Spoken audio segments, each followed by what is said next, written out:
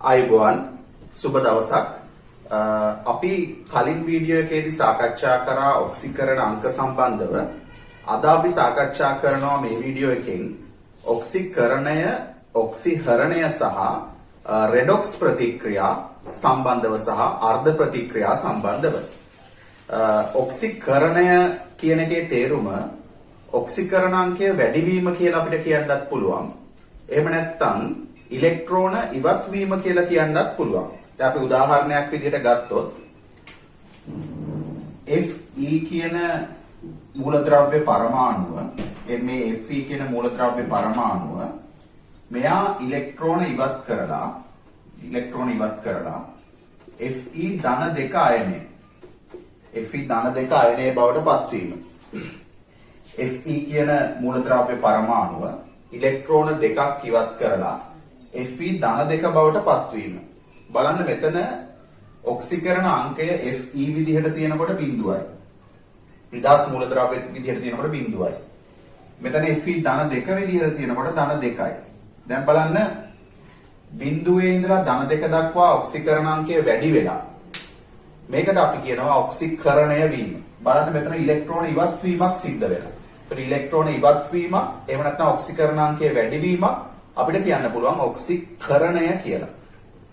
එතකොට මෙතන සමහර වෙලාවට ඔයගොල්ලන්ට ප්‍රතික්‍රියා ලියනකොට මේ ඍණ දෙකයි ඉලෙක්ට්‍රෝන කියන එක මේ පැත්තට ගෙනියලා ධන දෙකයි ඉලෙක්ට්‍රෝන කියලා මෙතනින් ලියන්න පුළුවන්. ඒක ගැටලුවක් නැහැ.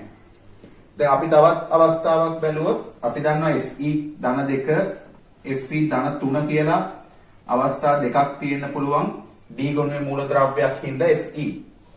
එතකොට Fe ධන දෙක ඉලෙක්ට්‍රෝනයක් ඉවත් කරලා Fe ධන 3 බවට පත්වීම.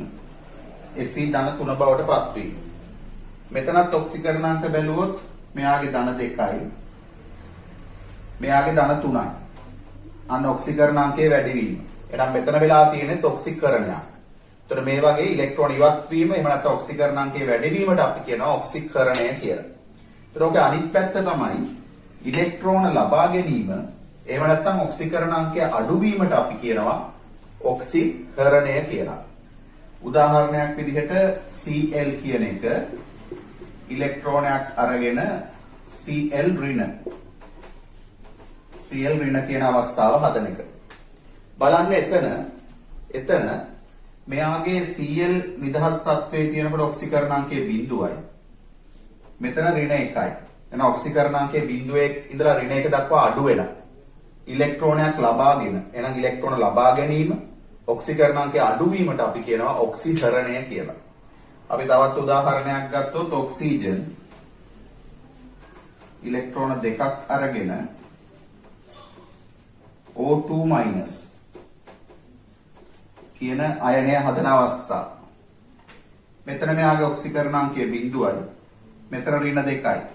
එහෙනම් බලන්න ඔක්සිකරණාංකය අඩු වෙලා ඉලෙක්ට්‍රෝන ලබාගෙන ඔක්සිහරණය වෙලා. එතකොට හැම වෙලාවෙම මේ ඔක්සිහරණ කියන ඒවා සමගාමීව සිද්ධ වෙනවා. කෙනෙක් ඔක්සිකරණය වෙනකොට ඉලෙක්ට්‍රෝන පිට කරනවා. ඒ පිට කරන ඉලෙක්ට්‍රෝන ලබාගෙන තව කෙනෙක් මොකද වෙන්නේ? ඔක්සිහරණය වෙනවා. මෙන්න මේ වගේ ඔක්සිහරණ ප්‍රතික්‍රියාවලට අපි රෙඩොක්ස් ප්‍රතික්‍රියා කියලා කියනවා. රෙඩොක්ස් ප්‍රතික්‍රියා කියලා කියනවා. අනිත් එක ඔක්සිකරණය වන ප්‍රභේදයට ඔක්සිහාරකය ලෙසත්, ඔක්සිහරණය වන ප්‍රභේදයට ඔක්සිකාරකය ලෙසත් හැඳින්වෙනවා. ඉලෙක්ට්‍රෝන ඉවත් වීම, එහෙම නැත්නම් ඔක්සිකරණාංකයේ වැඩිවීම ඔක්සිකරණය. අපි ඉගෙන ගත්ත ඔක්සිකරණය. මේ ඔක්සිකරණය වන ප්‍රභේදවලට අපි කියනවා ඔක්සිහාරක. ඒ වගේම ඉලෙක්ට්‍රෝන ලබා ගැනීම, ඔක්සිකරණාංකය අඩුවීම, ඒකට අපි කිව්වා ඔක්සිහරණය.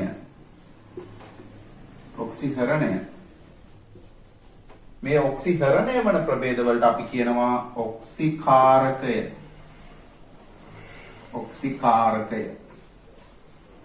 හරි. අපේ සිලබස් එකේ අපිට තියෙනවා අර්ධ ප්‍රතික්‍රියා තුලනය කිරීම සම්බන්ධ කොටස් ඉගෙන ගන්න. ඒවා ඉගෙනගෙන තමයි අපි සම්පූර්ණ ප්‍රතික්‍රියාවලට යන්න වෙන්නේ. එතකොට මෙතෙන්දී අපි මූලික නීති රීති රාමුවක් යටතේ මේක ගොඩනංවා ගැනීම සිද්ධ කරන්න ඕන. දැන් අපිට යම්කිසි කෙනෙක්ගේ ඔක්සිකරණාංකය වෙනස් වෙනවා කියලා දුන්නාම ඒ ඔක්සිකරණාංකය වෙනස් වෙන කෙනා තුලණය වෙන්නත් ඕන.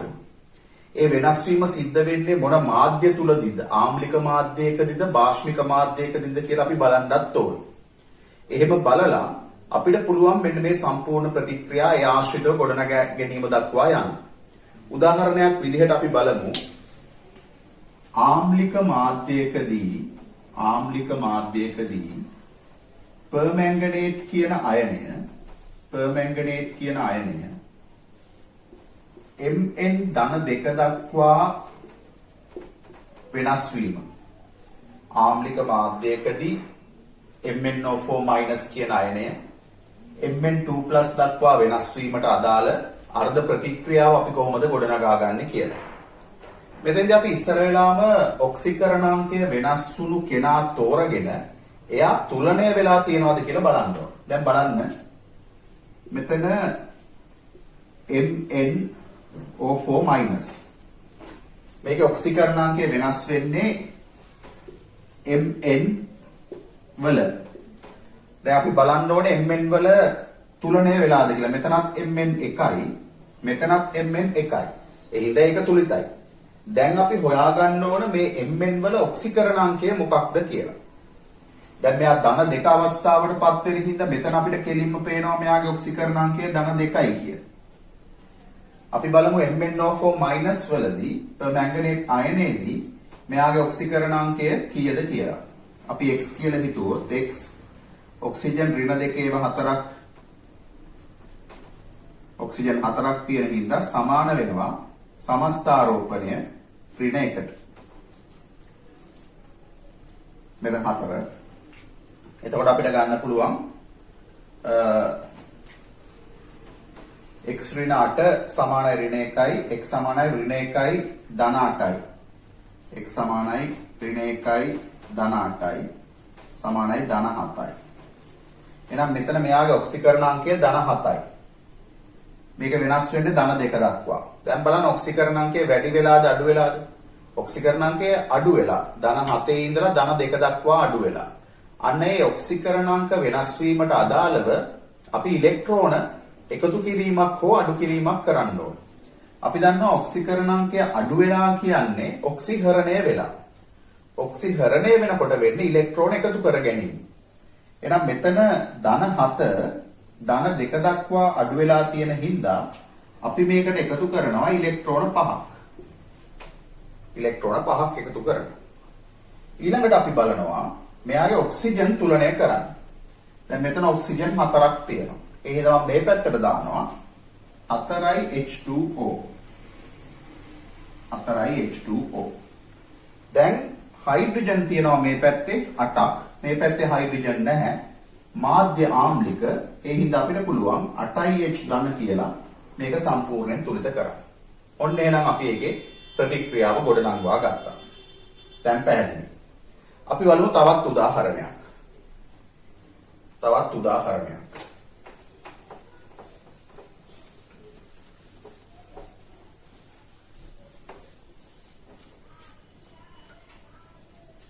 ආම්ලික මාධ්‍යයකදී ඩයික්‍රෝමේට් Cr2O7 2- Cr ධන 3 අවස්ථාවට පත්වීම. Cr ධන 3 අවස්ථාවට පත්වීම. අපි ලියනවා කලින් විදිහටම ඉස්සෙල්ලාම Cr2O7 2- පත් වෙන්නේ Cr ධන 3ට. Cr ධන 3ට. මම කිව්වා ඉස්සර වෙලාම ඔක්සිකරණාංකය වෙනස් වන කෙනා තුලිත වෙන්න ඕන. දැන් මෙතන Cr දෙකක් තියෙනවා මෙතන Cr එකයි තියෙන්නේ. එහෙනම් මෙතෙන්ට අපි 2 දාන්න ඕන. එතකොට මෙයාගේ අපිට පේනවා දැන් Cr ධන 3 දෙකක් තියෙනවා. එහෙනම් මෙතන එක Cr එකක ඔක්සිකරණාංකය ධන 3යි. දෙන්නෙක් ඉන්නවා. එතකොට මෙයාගේ සම්පූර්ණ ඔක්සිකරණාංකය ධන 6ක් වෙනවා. සම්පූර්ණ ඔක්සිකරණාංක එකතුව ධන 6ක් වෙනවා. එක Cr එකක ධන 3යි. දෙකක් තියෙන හින්දා ධන 6ක් වෙනවා. අපි බලමු දැන් මෙතන Cr එකක ඔක්සිකරණාංකය හොයාගෙන Cr දෙකේම ඔක්සිකරණාංක එකතුව ගන්න.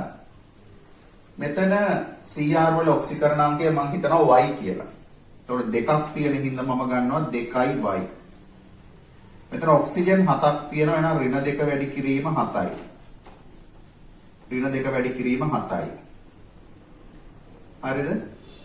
මේක සමාන වෙනවා සමස්ත ආරෝපණය ඍණ 2ට. නම් මෙතනින් එනවා 2y ඍණ 14 සමානයි ඍණ 2යි. 2y සමානයි ඍණ 2යි ධන 14යි කියන්නේ ධන 12යි. y සමානයි ධන 6යි. එහෙනම් එක CR එකක ධන 6යි. මෙතන CR දෙකක් තියෙනවා. එහෙනම් ධන 6 වැඩි කිරීම 2 මෙයාගේ සම්පූර්ණ ඔක්සිකරණාංකය අංක එකතුව ධන 12යි. එක CR එකක ධන 6යි. CR දෙකක් තියෙන හින්දා ධන 12යි. එහෙනම් සම්පූර්ණ ඔක්සිකරණාංක වෙනස් වීම වෙලා තියෙන්නේ ධන 12 ධන 6 දක්වා. එහෙනම් ධන 12 ඉඳලා ධන 6 දක්වා අඩු වෙලා තියෙනවා.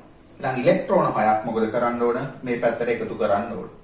එහෙනම් අපි මෙතෙන්ට එකතු කරනවා 6යි ඉලෙක්ට්‍රෝන. 6යි ඉලෙක්ට්‍රෝන. දැන් බලනවා ඔක්සිජන්. මෙතන දෙන ඔක්සිජන් 7ක්. එහෙනම් අපිට එහා පැත්තට දාන්න පුළුවන් 7යි H2O. 7යි H2O. දැන් බලන්න හයිඩ්‍රජන්. හයිඩ්‍රජන් 7 වරක් 2 14යි ආම්ලික මාධ්‍යයක්. එහෙනම් අපි මෙතෙන්ට දාන්න පුළුවන් 14යි H ධන. ඔන්න ඔය විදිහට අපිට ඔය ප්‍රතික්‍රියාව අර්ධ ප්‍රතික්‍රියාව ගොඩනගා ගැනීම සිද්ධ කරන්න පුළුවන්. හරිද? එතකොට දැන් අපි ආම්ලික මාධ්‍යයේදී ඔය මැංගනේට් පර්මැංගනේට් ප්‍රතික්‍රියාවයි ඩයික්‍රෝමේට් ප්‍රතික්‍රියාවයි අපිට ගොඩාක් අවස්ථාවල විභාග පේපර් එකේ මොන හරි තැනක සම්බන්ධ වෙන්න පුළුවන්. ඒතකොට ඉදිරියේදී මේවා ඕනනම් ඔයගොල්ලන්ට මෙහෙම ගොඩනගා ගන්නත් පුළුවන්. මතකයෙන් කරත් ගැටලුවක් නැති තරමට මේවා භාවිතා වෙනවා. හරි. අපි බලමු දැන් භාෂ්මික මාධ්‍යයේදී ප්‍රතික්‍රියාවක් කරන්න. භාෂ්මික මාධ්‍යයේදී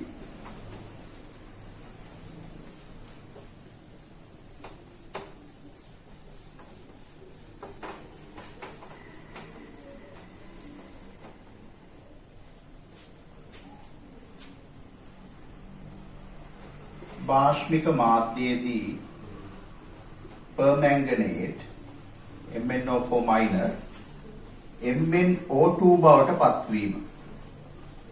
MnO2 බවට පත්වීම. අපි ලියමු කලින් වගේම MnO4- MnO2. දැන් මෙතන ඔක්සිකරණාංකය අපි කලින් හෙව්වා. permanganate වල MnO4- වෙනකොට මෙයා ධන 7යි. මෙයාත් මෙතන Mn 1යි මෙතනත් Mn 1යි තුලිතයි. මෙතන Mn වල x කියලා ගත්තොත් අපිට ගන්න පුළුවන් x ඍණ 2 ඒවා දෙකක් ඍණ 4යි සමානයි සමස්තාරෝපණය බිඳුවට. එහෙනම් x සමානයි ධන 4යි. එහෙනම් ඔක්සිකරණාංකය මෙතන Mn වල ධන 4යි. මෙතන ධන 7යි.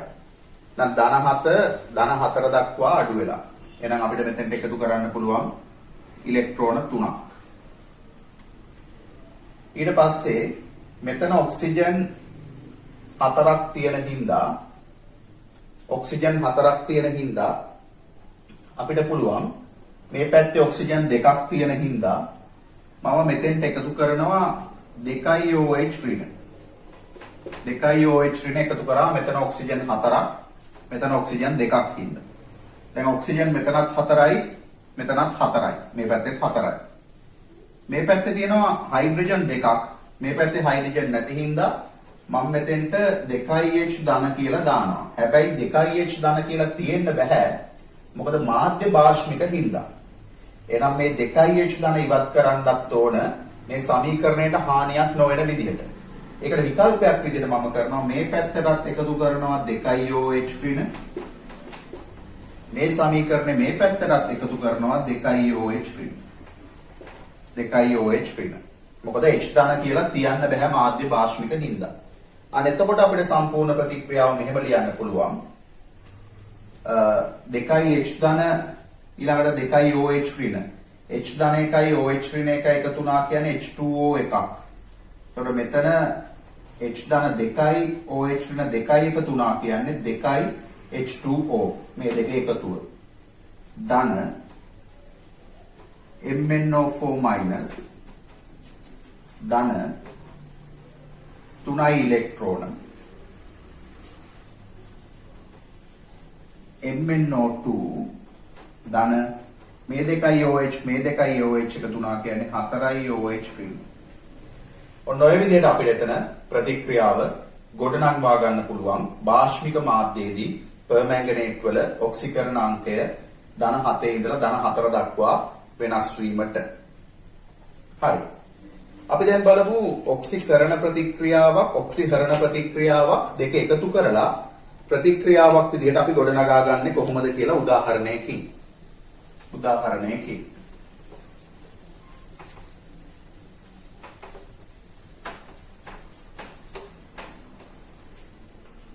අපිට දෙනවා මෙන්න මෙහෙම. Fe ධන 2 Fe ධන 3 දක්වා වෙනස් වෙනවා. ආම්ලික මාධ්‍යයේදී පර්මැංගනේට් Mn2+ දක්වා වෙනස් වෙනවා. මේකට අදාළ ප්‍රතික්‍රියා දෙක ලියලා එකතු කරලා ලියන්න කියලා කිව්වොත් අපි මෙන්න මෙහෙමයි කරන්නේ. ඉස්සරලාම Fe ධන 2 පත් වෙන්නේ Fe ධන 3 බවට. මෙතන ඔක්සිකරණාංකය ධන 2යි මෙතන ඔක්සිකරණාංකය ධන 3යි. ධන 2 ධන 3 දක්වා යනවා කියන්නේ ඔක්සිකරණාංක එකකින් වැඩි වෙලා. එහෙනම් ඉලෙක්ට්‍රෝනයක් ඉවත් කරනවා. ඉවත් කරලා අපි මේකට දෙනවා අංකය අංක 1 කියලා. අංක 1. ඊළඟට බලනවා අපිට මෙන්න මේ ප්‍රතික්‍රියාව අපි දැන් කලින් ලියලා තියෙනවා. MnO4 minus Mn2+ බවට පත්වීම. මතකෙන් ලියන්නත් පුළුවන් නැත්නම් හදා ගන්නත් පුළුවන්. මෙතන ධන 7යි මෙතන ධන 2යි ඒ හින්දා ඉලෙක්ට්‍රෝන 5ක් එකතු කරනවා. මෙතන ඔක්සිජන් 4ක් හින්දා මෙතෙන්ට 4යි H2O කියලා දානවා. ඒතර හයිඩ්‍රජන් 8ක් හින්දා මේ පැත්තට 8යි H ධන කියලා දානවා. දැන් අපි මේකට දෙනවා අංකය අංක 2. මේකට දෙනවා අංකය අංක 2. දැන් අපිට පුළුවන් පළවෙනි සමීකරණය සහ දෙවෙනි සමීකරණය එකතු කරන්න. හැබැයි නිකම්ම එකතු කරන්න බෑ. මං කිව්වා ඔක්සිකරණයක් සහ ඔක්සිහරණයක් වෙන්නේ සමගාමීව. මෙයා ඔක්සිකරණය වෙනකොට ඉවත් වෙන ඉලෙක්ට්‍රෝන තමයි මෙයා ඔක්සිහරණයට ලබා ගන්නේ. ඒතර මෙයා ඉලෙක්ට්‍රෝන එකක් ඉවත් කරනවා මෙයා 5ක් ලබා ගන්නවා. එහෙනම් මෙයාගේ එකක් එක්ක ප්‍රතික්‍රියා වෙන්න මෙයා 5ක් ඕන වෙනවා. එහෙනම් මේ ඉලෙක්ට්‍රෝන ගාන කැපෙන විදිහට තමයි අපි මේ සමීකරණ දෙක එකතු කිරීම සිද්ධ කරන්නේ. දැන් නිකම්ම පළවෙනි සමීකරණයට දෙවෙනි සමීකරණ එකතු කරාට ඉලෙක්ට්‍රෝන ගාන කැපෙන්නේ නැහැ. මෙතන ඍණ 1යි මෙතන ධන 5යි. එහෙනම් අපි කරන්න ඕන මෙහෙමයි. පළවෙනි සමීකරණය වැඩි කරලා 5න් ඒකට එකතු කරනවා දෙවෙනි සමීකරණය. දැන් බලන්න ලියන විදිහ. ඒතර පළවෙනි සමීකරණය 5න් වැඩි කරාම 5යි Fe ධන 2 වෙනවා. මෙතන ඉලෙක්ට්‍රෝන 5ක් ඍණ 5යි ඉලෙක්ට්‍රෝන මෙතන ධන 5යි ඉලෙක්ට්‍රෝන වලට කැපිලා යනවා. අපි බලමු සමීකරණය මේ පැත්තේ තියෙන ඒවා. මේක වැඩි වෙන්න එකතු වෙනවා 8IH ධන MnO4 minus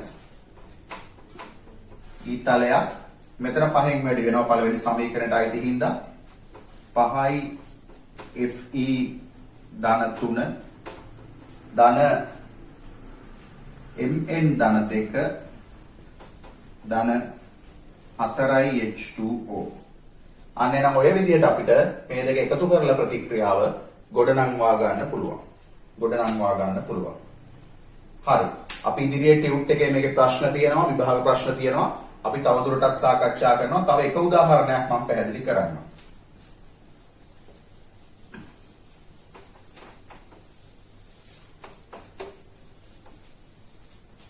අපිට මෙහෙම දුන්නා කියලා හිතන්න. I2 I- බවට පත් වෙනවා. S2O3 2 minus S4O6 2 minus බවට පත් වෙනවා. දැන් අපි ඕකෙත් බලමු ප්‍රතික්‍රියා දෙක ගොඩනගා ගන්න. I2 I- මෙතන දෙකක්. එහෙනම් මෙතෙන්ටත් දෙකක් දානවා. දැන් බලන්න ඔක්සිකරණ අංකවල වෙනස් වීම. මෙතන බිඳුව.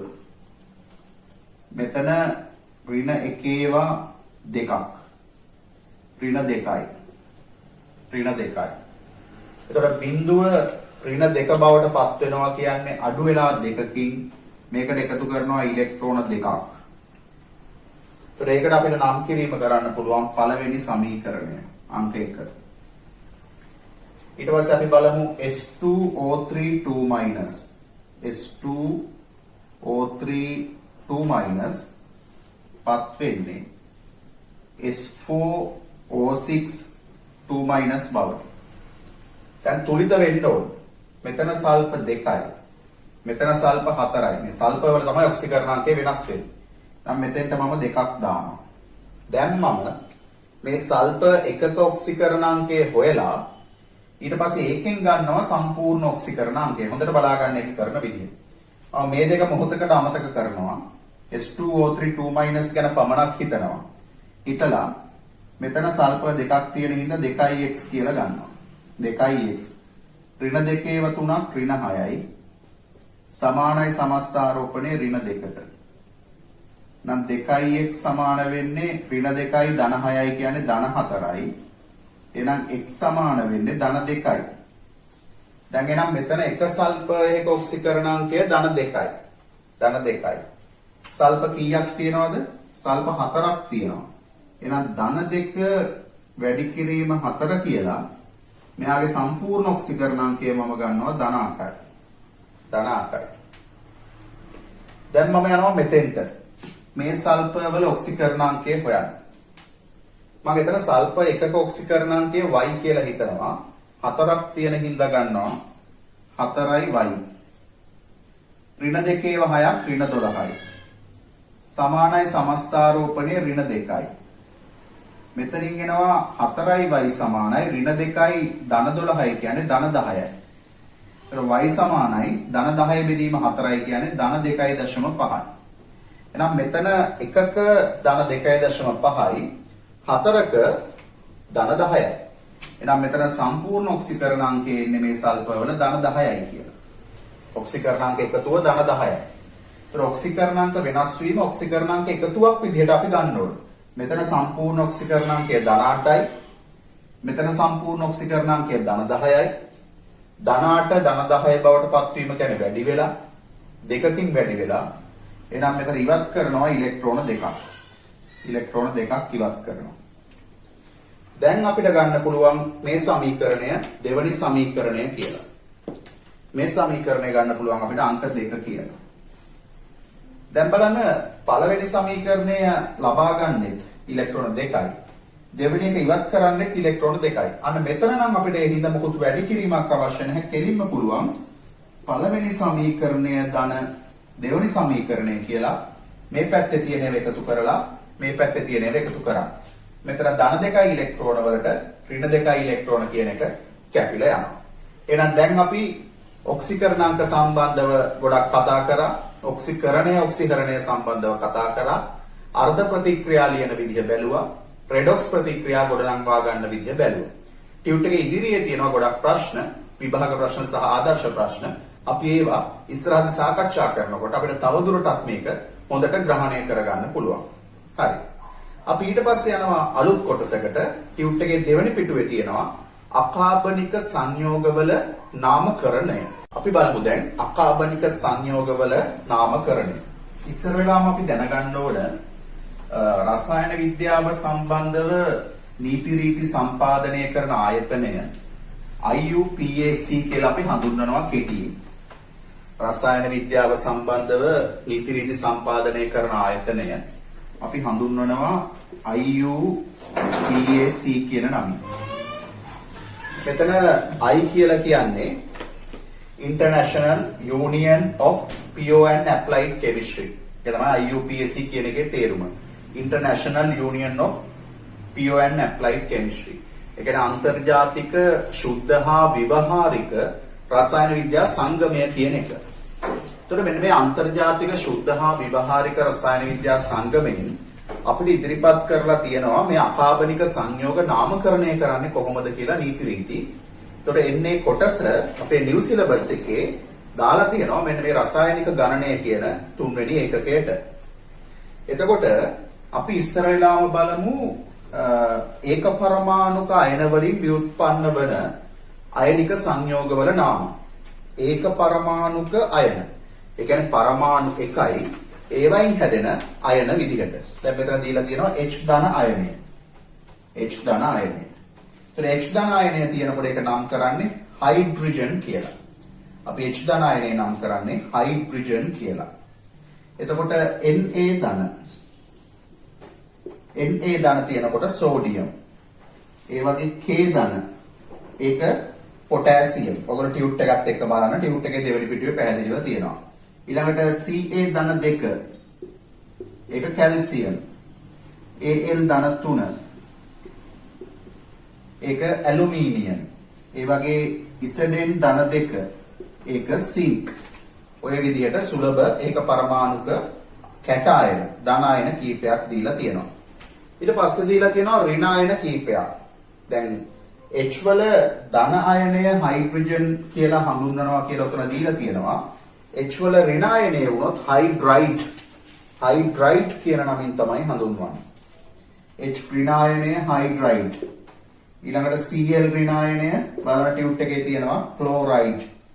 Br ඍණායනය bromide. O2 ඍණ ඔක්සයිඩ්. S2 ඍණ සල්ෆයිඩ්. N3 ඍණ නයිට්‍රයිඩ්. අන්තිමට IDE කියන ප්‍රත්‍යයෙන් IDE කියන එකෙන් ඍණායන හඳුන්වනවා. ඊට පස්සේ ඔය ඒක පරමාණුක ධනායනයි ඒක පරමාණුක ඍණායනයි එකතු වෙලා අයනික සංයෝග හැදෙනවා. අපි දන්නවා අපි ඒවා කලින් නම් කරලා තියෙනවා. IUPAC නීති රීති දන්නේ නැති වුණාට අපි භාවිතාවන නම් දන්න හින්දා අපි නම් කරලා තියෙනවා. දැන් NaCl. උතන උදාහරණ දීලා තියෙනවා තව MgO. තව දීලා තියෙනවා CSBr. උතන බලන්න මේක සෝඩියම් මේක ක්ලෝරයිඩ් නේ. එතකොට ඒ අතර මොකද වෙන්නේ? නීති රීති ටිකක් දීලා තියෙනවා. හැම විටම කැටායනයේ නාමය පළමුවෙන් ලියන්න. මෙයාගේ නම ඉස්සරලා ලියන්න. ඊළඟට කැටායනයේ නාමය වන්නේ මූලද්‍රව්‍යයේ නාමය. එතකොට මූලද්‍රව්‍ය හඳුන්වපු නමම තමයි කැටායනය කියලා අපි හඳුන්වන්නේ. Sodium, magnesium, සීසියම්. ඊට පස්සේ ඇනායනයේ නාමය අපි දන්නවා අයිඩ් කියන ප්‍රත්‍යය දාලා තමයි අපි ලියන්නේ. අයිඩ්. එතකොට මේක ක්ලෝරයිඩ්, මේක ඔක්සයිඩ්, මේක බ්‍රෝමයිඩ්. ඊළඟට කරන්නේ කැටායන නාමය හා ඇනායන නාමය අතර පරතරයක් තියලා ලියනවා. එතකොට මේක සෝඩියම් පොඩි ඉඩක් තිබ්බ ක්ලෝරයිඩ්. මේක මැග්නීසියම් පොඩි ඉඩක් තිබ්බ ඔක්සයිඩ්. මේක සීසියම් පොඩි ඉඩක් තිබ්බ බ්‍රෝමයිඩ්. ඒ විදිහට අපිට සරලව ඒක නාමකරණය කරන්න පුළුවන්. ඊට පස්සේ ටියුට් එකේ තුන්වෙනි පිටුවේ දීලා තියෙනවා එක වර්ගයකට වඩා වැඩි කැටායන සාධන මූලද්‍රව්‍ය වලින් ව්‍යුත්පන්න වන අයනික සංයෝගවල නාම. දැන් අපි ඔක්සිකරණාංකවලදී ඉගෙන ගත්තා S ගොනුවේ පළවෙනි කාණ්ඩේ දෙවෙනි කාණ්ඩේ කට්ටිය හැම වෙලාවෙම එකම ඔක්සිකරණාංක දක්වන්නේ. ඒතකොට ඒගොල්ලෝගේ ඔක්සිකරණාංක වෙනස් වුණේ නැහැ.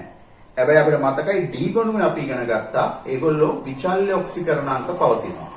ඒ කියන්නේ ඒගොල්ලෝගේ කැටායන අවස්ථා කීපයක් පවතින්න පුළුවන් එකම මූලද්‍රව්‍යයේ. අන්න එතකොට හඳුන්වන සාමාන්‍යයෙන් අපි භාවිතා කරන නාම වලට කියනවා සුළු නාම කියලා. IUPAC විදිහට ක්‍රමානුකූලව ඉදිරිපත් කරපු නාමකරණයේ තියෙන සඳහන් නාමයට කියනවා IUPAC නාමය කියලා. ඔයාලා මේ නම් දෙකම දැන ගැනීම වැදගත් වෙනවා. මොකද සමහර වෙලාවට අපිට පේපර් වල වුණත් IUPAC නම් භාවිතා වෙන්නේ නැතුව සුළු නම් වලින් හඳුන්වන අවස්ථා තියෙනවා. දැනටත් අපි බහුලව මේ Fe ධන 2 කියන එක ෆෙරස් කියලා තමයි හඳුන්වන්නේ. මේක හඳුන්වන්නේ ෆෙරික්. නමුත් ඒ දෙකම සුළු නාම. IUPAC විදිහට නම් මේක iron 2 මේක iron 3. එතකොට කියන්නේ මේගොල්ලෝගේ ඔක්සිකරණාංකය රෝම ඉලක්කමෙන් වරහන් ඇතුලේ දානවා. මෙයාගේ ඔක්සිකරණාංකය ධන 2 හින්දා iron කියලා ලියලා වරහන් ඇතුලේ 2 දානවා. මෙයාගේ ඔක්සිකරණාංකය අංක 3 හින්දා iron කියලා ලියලා වරහන් ඇතුලේ අංක 3 දානවා. ඒ විදිහට ක්‍රමානුකූලව නම් කරලා තියෙනවා තවත් අයන කීපයක් බලන්න. Cu ධන 1 Cu ධන 2 දැන් සුළු නාම විදියට මේක හඳුන්වන්නේ Cuprous කියලා. මේක හඳුන්වන්නේ Cupric කියලා. එතකොට IUPAC විදියට මෙයාගේ ධන 1 හින්දා copper ධන 1 කියන එක copper 1 කියන එක රෝම ඉලක්කමෙන් වරහන් ඇතුළේ දානවා. මෙයා copper කියලා ලියලා රෝම ඉලක්කමෙන් වරහන් ඇතුළේ 2 කියන එක දානවා. ඊට පස්සේ cobalt වල තියෙනවා අවස්ථා දෙකක්. CO ධන 2 CO ධන 3. මෙතන C capital O simple වෙන්න ඕන. සාමාන්‍ය O capital ලියුවොත් ඒක carbon monoxide ලියන විදිහ වෙනවා. ඒතර මූලද්‍රව්‍යයක ඉංග්‍රීසි අක්ෂර දෙකකින් දැක්වෙනකොට පළවෙනි එක capital දෙවෙනි එක simple වෙන්න ඕන. ඒතර මේකේ සුළු නාමයේ විදිහට තියෙන්නේ cobaltous මේකේ cobaltic. IUPAC විදිහට මේක cobalt කියලා ලියලා රෝම ඉලක්කමෙන් වරහන් ඇතුලේ ඔක්සිකරණාංකය 2 කියන එක දානවා. මේක cobalt කියන එක ලියලා රෝම ඉලක්කමෙන් වරහන් ඇතුලේ මෙයාගේ ඔක්සිකරණාංකය 3 කියන එක දානවා. ඊට තව තියෙනවා SN වල ධන 2 SN වල ධන 4. ඒක සාමාන්‍ය විවහාරයේදී මේ ඔක්සිකරණාංකය අඩු එක S කියලා හඳුන්වනවා වැඩි එක ඉක් කියලා හඳුන්වනවා. මේක ferrous ferric. මේක cuprous cupric. cobaltous cobaltic. මේක stannous මේක stannic. ඒකට මේ විදිහට සුළු නාම තියෙනවා. IUPAC විදිහට මේක tin කියලා වරහන් ඇතුලේ මෙයාගේ ඔක්සිකරණාංකය 2 රෝම ඉලක්කමෙන් දානවා. මෙයා tin කියලා වරහන් ඇතුලේ මෙයාගේ රෝම ඉලක්කමෙන් දානවා 4 මෙයාගේ ඔක්සිකරණාංකය. ඊට පස්සේ PB වල දීලා තියෙනවා PB වල ධන 2 ධන 4. ඒකට මේක plumbous මේක plumbic. ඒකට IUPAC විදියට lead කියලා ලියනවා වරහන් ඇතුලේ 2. මෙතන lead කියලා ලියනවා වරහන් ඇතුලේ 4. ඊපස්සේ තවත් දීලා තියෙනවා Hg වල Hg 2+ කියන එකයි Hg 2+ කියන එකයි. මෙතන දෙකකම තමයි ඔක්සිකරණාංකය ධන 2ක් වෙන්නේ එකක ධන 1යි. මෙතන එකක ධන 2ක් වෙනවා. එතකොට මෙයාගේ ඔක්සිකරණාංකය එකක ධන 1ක් හින්දා IUPAC විදිහට mercury 1 කියලා දාන්න පුළුවන්. මෙයා mercury 2 කියලා දාන්න පුළුවන්. සුළු නාමවලදී ඔක්සිකරණාංකය ධන 1 අඩු අවස්ථාව mercurous වැඩි එක mercuric. එන්නේ විදිහට නාමකරණය කරනවා. දැන් බලන්න ඔය වගේ විචල්්‍ය ඔක්සිකරණාංක දක්වන්න පුළුවන් කැටායන සහ ඇනඅයන එකතු වෙලා හැදෙන සංයෝග නාමකරණය කරන්නේ කොහොමද කියලා අපි බලමු උදාහරණ කිහිපයක්. මෙන්න මේ උදාහරණ අපි බලමු. FeS Fe2S3 CuCl CuCl2. එතන අපිට කියනවා නීති රීති කීපයක් හැම විටම කැටායනයේ නාමය මුලින් ලියන්න. මේගොල්ලෝගේ නම මුලින් ලියන්න. කැටායන නාමයේ ලෙස යොදාගන්නේ මූලද්‍රව්‍ය නාමය. කැටායන නාමයට පසු කැටායනයේ ඔක්සිකරණාංකය ඒ කියන්නේ යාගේ ආරෝපණය මෙතන කැපිටල් වලින් රෝම ඉලක්කමෙන් කැපිටල් රෝම ඉලක්කමෙන් වරහන් ඇතුලේ ලියන්න. එතකොට මෙයාගේ අපි දන්නවා මෙයා ධන 2 මෙයා ඍණ 2 තියෙනවා. එහෙනම් මෙතන අයන් 2 කියලා ලියන්න ඕනේ. මෙතන මෙයා ඍණ 2 මෙයා ධන 3. පොදරගේ සූත්‍රයෙන් අපිට පේනවා. අපි දන්නවා මෙතන සල්ෆයිඩ් වල තියෙන S2 ඍණ. ඒතර Fe ධන 2 වුණොත් මේ සූත්‍රය ඔය විදිහට එන්නේ FeS කියලා. මෙතන තියෙන Fe ධන 3. මෙයාගේ තියෙන 2 ඍණ. ඒතකොට මෙයා හුවමාරු වෙනවනේ. මේක මෙතන යනකොට Fe2 S3 ඒ විදිහට තමයි මෙතන. ඒතර මෙතන තියෙන්නේ Cu වල ධන 1 Cl වල ඍණ 1. මෙතන තියෙන්නේ Cu වල ධන 2 Cl වල ඍණ 1. ඔබ තියෙන්නේ. ඒතර ඔය නීති රීති අනුව අපි මේක නම් කරනකොට මෙතන අයන් වරහන් ඇතුලේ 2 අයන් 2 සල්ෆයිඩ් ඉඩක් තිබ්බා සල්ෆයිඩ්. ඊට පස්සේ මෙතන අයන් 3 පොඩි ඉඩක් තිබ්බා සල්ෆයිඩ්. මෙතන කොපර් 1 පොඩි ඉඩක් තිබ්බා ක්ලෝරයිඩ්. මෙතන කොපර් 2 පොඩි ඉඩක් තිබ්බා ක්ලෝරයිඩ්. ඒතර ඔය විදිහට අපිට නම් කරන්න පුළුවන්. සල්ෆයිඩ් කියන එක ඒක තියෙනවා සල්ෆයිඩ් SUL FIDE විදියට ලිව්වත් සල්ෆයිඩ් SUL PHIDE විදියට තිබුණත් නිවැරදි කියලා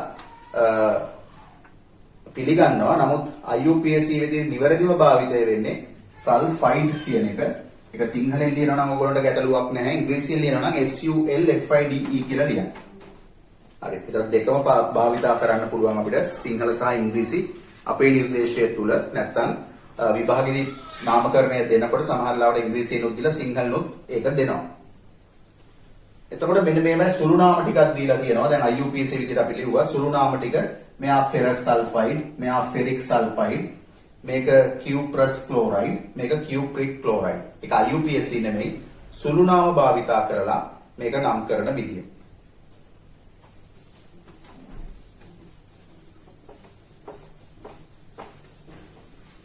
ඊළඟට තියෙනවා සරල සහසංයුජ සංයෝගවල නාම. සරල සහසංයුජ සංයෝග ලියනකොට අපි මේ උපසර්ග දැනගන්න ඕන. එක කියලා තිබුණොත් අපි මොනෝ කියන උපසර්ගය පාවිච්චි කරනවා. ඒ වගේ දෙක කියන එක තිබුණොත් අපි ඒකට ඩයි කියන උපසර්ගය පාවිච්චි කරනවා. තුන තිබුණොත් ට්‍රයි. එතකොට ඒ වගේ හතර තිබුණොත් ටෙට්‍රා, පහ තිබුණොත් පෙන්ටා, හය තිබුණොත් හෙක්සා, හත තිබුණොත් හෙප්ටා, අට තිබුණොත් ඔක්ටා. ඒ උපසර්ග දාලා අපි නාමකරණයේදී භාවිතා කරනවා. ඒතර සරල සහසංයුජ සංයෝග නාමකරණය කරන්න ගියාම මූලික නීති තියෙනවා. නාමයේ පළමු කොටසෙන් විද්‍යුත් ඍණතාව අඩු මූලද්‍රව්‍ය නියෝජනය කරන්න. අපි උදාහරණ කීපයක් බලමු. ඔය නීති රීති අනුව කොහොමද නම් කරන්න කියලා. CO මෙතන C capital O capital ඊළඟට H2S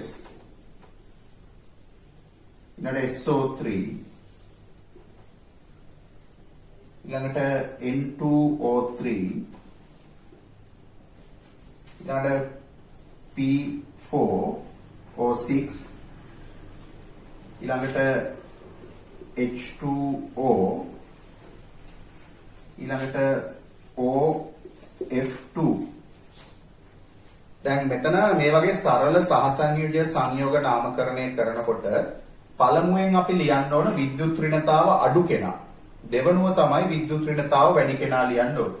ඒත් දැන් කාබන් ඔක්සිජන් තියනවා නම් අපි දන්නවා දෙවෙනි ආවර්තය වුණත් තුන්වෙනි ආවර්තය වුණත් ආවර්තයේ දකුණට විද්‍යුත් ඍණතාව වැඩි වෙනවනේ.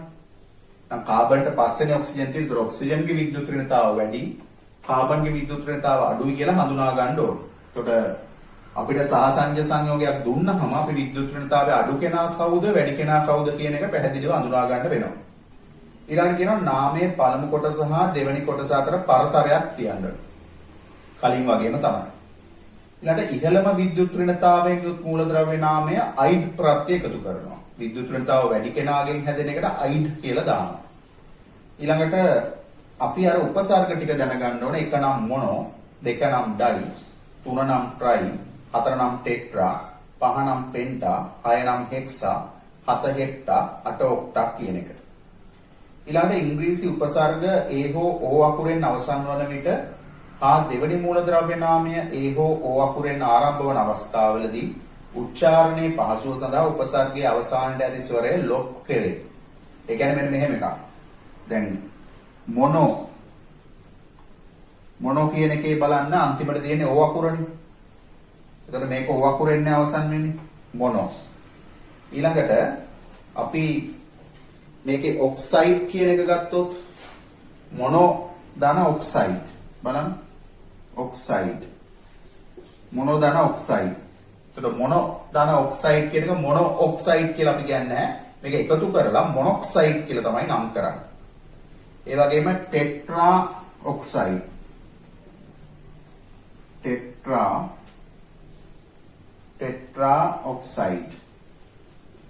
ඔක්සයිඩ් ඔය ටෙට්‍රා ඔක්සයිඩ් කියන එක ටෙට්‍රොක්සයිඩ් කියලා එකතු කරලා නම් කරනවා. අන්න ඒ වගේ නාමකරණයේදී භාවිතා වෙනවා අර ස්වර ලොක් කිරීමක් සමහර අවස්ථාවල ඒ සම්බන්ධව දැනුවත් කරලා තියෙනවා. හරි. අපි බලමු දැන් මෙන්න මේගොල්ලෝ නම් කරන්නේ කොහොමද කියලා. මෙතන දීපු උදාහරණවල. එතකොට මෙයා කාබන්ගේ තමයි විද්‍යුත් ඍණතාව අඩු. ඒ හින්දා ඒක කලින් ලියන්න පුළුවන් කාබන් විදිහට. ඔක්සිජන් එකක් හින්දා මොනොක්සයිඩ් ඉඩක් තියෙනවා මොනොක්සයිඩ්. ඊළඟ මෙතන හයිඩ්‍රජන් තමයි විද්‍යුත් ඍණතාව අඩු. එතකොට එයාගේ දෙකක් තියෙන හින්දා ඩයිහයිඩ්‍රජන් මොනොසල්ෆයිඩ්. මෙයාගේ සල්ෆර් 3ක් තියෙන හින්දා ඔක්සිජන් ට්‍රයොක්සයිඩ්. මෙයාගේ නයිට්‍රජන් දෙකයි ඩයිනයිට්‍රජන්. මෙතන ට්‍රයොක්සයිඩ් ඔක්සිජන් 3ක් හින්දා. මෙතන 4ක් තියෙනවා. එතකොට මේක නම් කරලා තියෙනවා ටෙට්‍රාෆොස්ෆරස්. මෙතන 6ක් හින්දා හෙක්සොක්සයිඩ්. මෙතන H2O කියන එක ඩයිහයිඩ්‍රජන් මොනොක්සයිඩ්. මෙතන OF2 කියන එක ඔක්සිජන් ඩයිෆ්ලෝරයිඩ්. හරි. ඊට පස්සේ ඒකේ තියෙනවා බහුපරමාණුක අයන නම් කරන විදිය. බහුපරමාණුක අයන නම් කරන විදිය.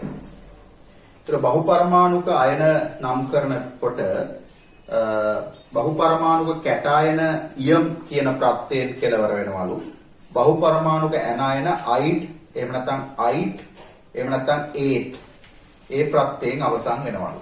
බලන්න ටියුට් එකේ පස්වෙනි පිටුව මේකේ තියෙනවා සුලභ බහුපරමාණුක අයනවල නාම පහත වගුවෙන් ඉදිරිපත් කෙරේ කියලා වගුවක්. එතන බලන්න දීලා තියෙනවා NH4+. මේක කැටායනයක් නේ ධන තියෙන හින්දා. ඒතකොට ඒක ඉයම් කියන ප්‍රත්‍ය දාලා ඇමෝනියම් කියලා නම් කරලා තියෙනවා. ඊළඟට OH ඍණ. ඒක ඍණ විදිහට තියෙනවා. එතකොට මේක අපි නම් කරනවා හයිඩ්‍රොක්සයිඩ් කියලා නම් කරනවා. ඊළඟට CN ඍණ. ඒක සයනයිඩ්. මෙතන ටියුට් එක නිවැරදි කරගන්න මේක හයිඩ්‍රොක්සයිඩ් වෙන්න ඕන. එතන F අකුර තියෙන හයිඩ්‍රොක්සයිඩ් කියලා හදාගන්න. හයිඩ්‍රොක්සයිඩ්. CN ඍණ සයනයිඩ්. ඒ වගේම තව කීපයක් නම් කරලා තියෙනවා බලන්න එතන. HS ඍණ හයිඩ්‍රජන් සල්ෆයිඩ් කියලා නිවැරදි වෙන්න ඕන. O2 peroxide. O2 සුපර්օක්සයිඩ් අපි කලින් කතා කරා. SO3 sulphide. NO2 නයිට්‍රයිඩ්. ClO2 chloride. HSO3 hydrogen sulphide. SO4 sulphate. HSO4 hydrogen sulfate, AlO2 aluminate, ZnO2 zincate, NO3 nitrate, ClO3 chlorate, MnO4 manganate, MnO4 permanganate, CrO4 chromate, Cr2O7 dichromate, C2O4 oxalate, CO3 carbonate, HCO3 hydrogen carbonate, S2O3 thiosulfate, S4O6 tetrathionate, PO43 phosphate, HPO42 hydrogen phosphate, H2PO4 hydrogen phosphate. එතකොට මේවා සම්බන්ධව තවදුරටත් ඉන්ऑर्गेनिक කරනකොට ඔයගොල්ලන්ට අවබෝධ කරගන්න පුළුවන්. ඒකේ අවසානම කොටසත් අපි බලමු බහුපරමාණුක අයන සහිත සංයෝග නම් කිරීම. බහුපරමාණුක අයන සහිත සංයෝග නම් කිරීම. අපි මෙන්න මේ වගේ එකක් දීලා තියෙනවා K2Cr2O7. එතකොට මෙතෙන්දී අර ඉහත සාකච්ඡා කරන නීති රීති අනුකූලවම අපි නම් කරනවා. ඉස්සලා අපි කැටායනය හොයා ගන්න ඕනේ. එතකොට මේ කැටායනය මෙයා potassium. කැටායනය potassium. ඇනායනය dichromate. එනම් මේක සංයෝගයේ නාමය අපිට ලියන්න පුළුවන් potassium තිබ්බා. potassium කියලා ලිව්වා. ඉඩක් තිබ්බා dichromate. අපි තව එකක් බලමු. NH4 twice Cr2O7 2-. તો NH4 plus කියන එකනේ හැම අවස්ථාවෙම තියෙන්නේ. දැන් අර Fe2 Fe3 වගේ වෙනස් වෙන එකක් වුණොත් ඔක්සිකරණාංකය ලියන්න ඕනේ. ඒවා විචල්්‍ය ඔක්සිකරණාංක දක්වන්නේ නැත්නම් කෙලින්ම අපි ඉයම් කියන ප්‍රත්‍ය දාලා ලියනවා. එතකොට ඇමෝනියම් කියලා ලියන්න පුළුවන්. මේක ඩයික්‍රෝමේට්. එතකොට මෙතන ඇමෝනියම් ඩයික්‍රෝමේට් කියලා අපිට ලියන්න පුළුවන්. ඒතකොට ඒ වගේ තවත් කීපයක් දීලා තිනවා. පොටෑසියම් ඩයිහයිඩ්‍රජන් ෆොස්ෆේට් කියලා නම් කරලා තියෙනවා. KH2PO4 ඊළඟට අන්න මෙතන බලන්න Fe C2O4 වලදී දැන් මෙතන අපි දන්නවා තියෙන විදිහ Fe වල ධන දෙක මේ ඔක්සලේට් වල තියෙන C2O4 2- කියලා. ඒ හින්දා තමයි මෙයාගේ සූත්‍රය FeC2O4 වෙන්නේ. ඔතන අපිට නිකම්ම අයන් කියලා ලියන්න බෑ. මොකද මෙයා සමහර අවස්ථාවල ධන දෙක විදිහට තියෙනවා, සමහර අවස්ථාවල ධන තුන විදිහට තියෙනවා. එයා ඔක්සිකරණාංකය වෙනස් කරන කෙනෙක්. ඒ හින්දා අපි මෙතන මෙයාගේ තියෙන ඔක්සිකරණාංකය ලියන්න ඕනේ. ඒ හින්දා තමයි අයන් කියලා ලියලා වරහන් ඇතුලේ 2 කියලා රෝම ඉලක්කමෙන් කැපිටල් වලින් දාලා ඉඩක් තියලා ඔක්සලේට් කියලා ලියලා තියෙනවා. එතකොට මේක අයන් 2 ඔක්සලේට් කියලා නම් කරන්න පුළුවන්. හරි. තව එකක් නම් කරලා තියෙනවා NaHCO3 කියලා. ඒක සෝඩියම් හයිඩ්‍රජන් කාබනේට් විදිහට නම් කරලා තියෙනවා. හොඳයි, එහෙනම් මේ වීඩියෝ එකෙන් අපි කතා කරා සම්පූර්ණයෙන්ම රෙඩොක්ස් ප්‍රතික්‍රියා ගැන, අර්ධ ප්‍රතික්‍රියා ලියන විදිහ ගැන සහ අපිට IUPAC විදිහට අනුව අපි කොහොමද සාමාන්‍ය සංයෝගයක් නම් කරන්න කියන එක සම්බන්ධව ඉගෙන ගත්තා. අපි ඊළඟ වීඩියෝ එකෙන් තවදුරටත් සාකච්ඡා කරමු මේ කාබනික අකාබනික අම්ල සහ මවුලය සම්බන්ධව ඉදිරි කොටස් පිළිබඳව.